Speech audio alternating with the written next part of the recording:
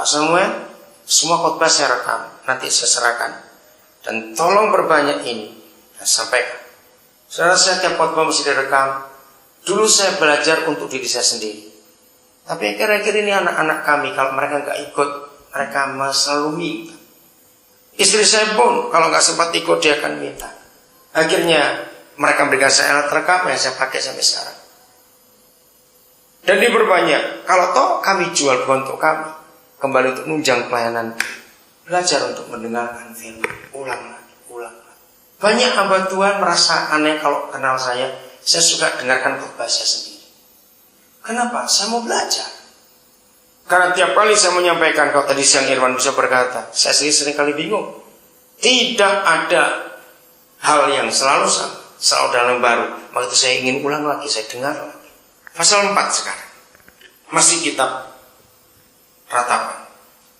Mulai ayat 1. Jadi ini bersambung. Pasal 4, pasal 5 itu bersambung. Ini jelas meratap. Sungguh pudar emas murni itu berubah. Batu-batu suci itu terbuang di pojok tiap jalan. Siapa mereka? Dari emas yang murni berubah kadarnya.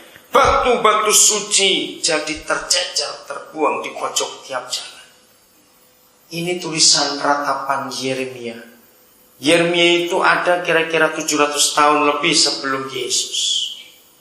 Nah, kalau kira-kira 2700 tahun sekian sudah ada pernyataan ini, betapa tepatnya dan akuratnya firman Tuhan itu. Mari kita lihat. Kalau ada orang-orang bergerombol, berkerumun di pojok tiap jalan, itu biasanya kapan waktunya, siang atau malam? Pasti malam. Nomor 2, biasanya yang bergerombol itu orang tua atau anak muda? Anak muda. Nomor 3, kalau malam anak-anak muda suka bergerombol di pojok tiap jalan, jawabannya cuma satu, mereka nggak pernah bisa pulang. Kenapa nggak bisa pulang anak-anak itu? Kalau toh mereka punya rumah, kenapa nggak bisa pulang? Dengar suami istri. 80% anak-anak jalanan itu punya rumah. Tapi mengapa mereka tidak pulang? Jawabannya, sebab rumahnya seperti neraka. Kenapa rumah seperti neraka? Karena 2 orang yang jadi ayah ibu itu pencipta nerakanya di rumah. Ayah ibu yang rajin bertengkar, berkelahi, anak-anak gak akan betah di rumah. Anak-anak jadi bodoh, bukan karena bego atau oon, tapi karena papa mamanya hampir tiap malam berkelahi. Bagaimana anak bisa tidur tenang? Bagaimana bisa belajar dengan baik? Mereka ketakutan tiap malam. Mereka gak siap dengar maki-maki, dengar teriakan, dengar pintu dibanting. Betul tidak? Jawab baik-baik. Begitu anak muda, janji engkau, besok kalau engkau menikah jangan jadi bodoh seperti itu. Cukup penderitaanmu. Jangan engkau wariskan kepada anakmu dalam nama Yesus. Setuju? Biar bapak ibumu yang gila, engkau jangan teruskan kegilaan mereka. Nanti anak-anakmu jadi korban lagi. Maka itu kenapa hanya gereja satu-satunya agama di dunia ada konseling pranikah. Tidak ada agama apapun yang ada persiapan pernikahan, hanya Kristen. Karena Kristen bukan agama. Karena itu penting. Ingat firman Tuhan kemarin, Pak. Menikah itu nggak gampang, saudara. Pestanya gampang, utang boleh nggak punya duit. Saya paling tidak setuju. Orang nikah itu pakai pesta. Jangan tersinggung. Yang mau pesta batalkan. Orang nikah pesta itu hanya satu, pamer kesombong, pamer kekayaan. Bahwa kami kaya, kami siap mengundang orang. Nggak ada gunanya pesta itu. Lebih baik uang itu dipakai untuk hidup. Hargai orang yang mau datang ke kebaktian pernikahan. Berarti mereka berdoa sungguh-sungguh. Yang punya catering saya minta maaf. Tapi ini bukan benar. Saya ngajar itu di mana-mana. Zaman sekarang pesta sekecil apapun nggak cukup 20 juta. Betul tidak? Untuk apa dekorasi yang belasan juta? Masangnya susah, cuma dipakai foto cepat-cepat 3 jam dirusak lagi, kan goblok itu orang. Lo betul nggak? Ngapain? Apalagi zaman sekarang, pesta itu sudah nggak relevan. Kenapa nggak relevannya?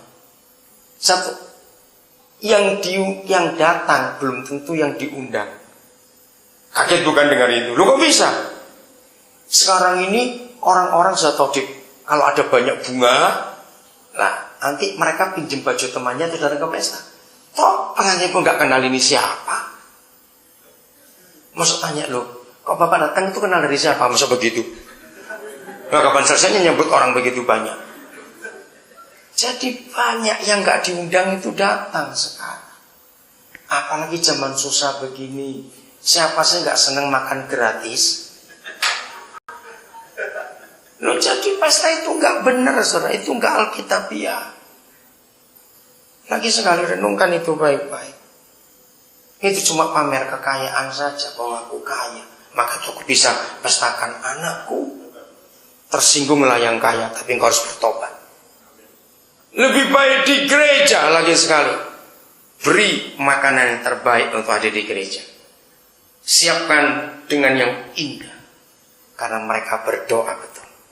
Kalau ke pesta nggak mungkin berdoa.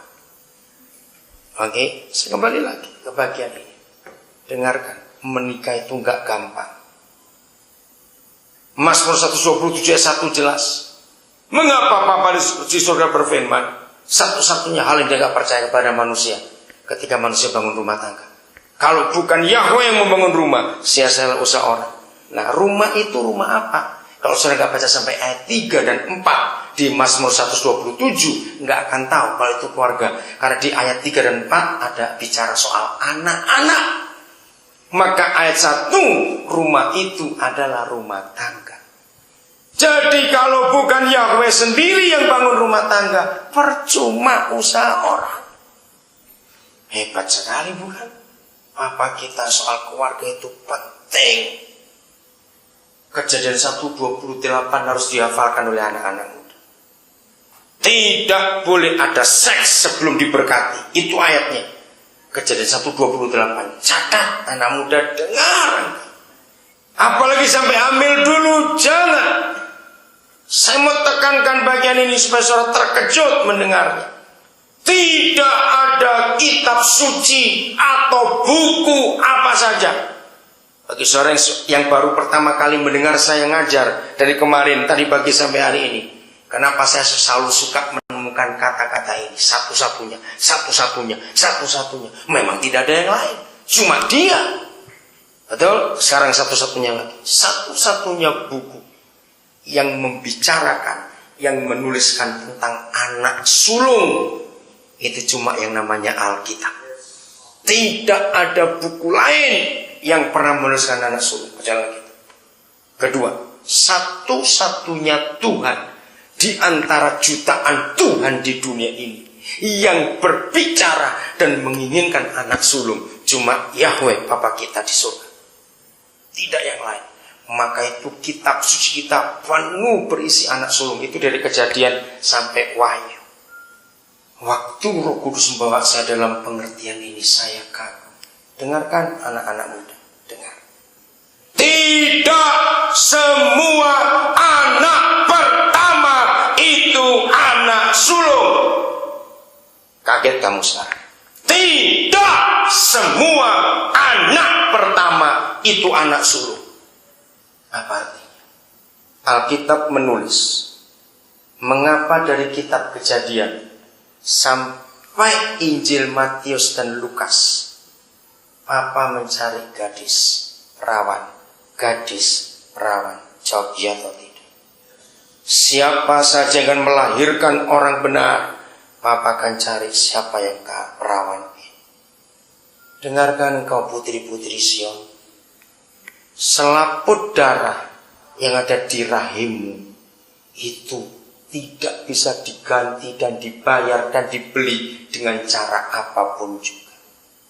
Berbanggalah engkau perempuan, karena engkau punya selaput darah.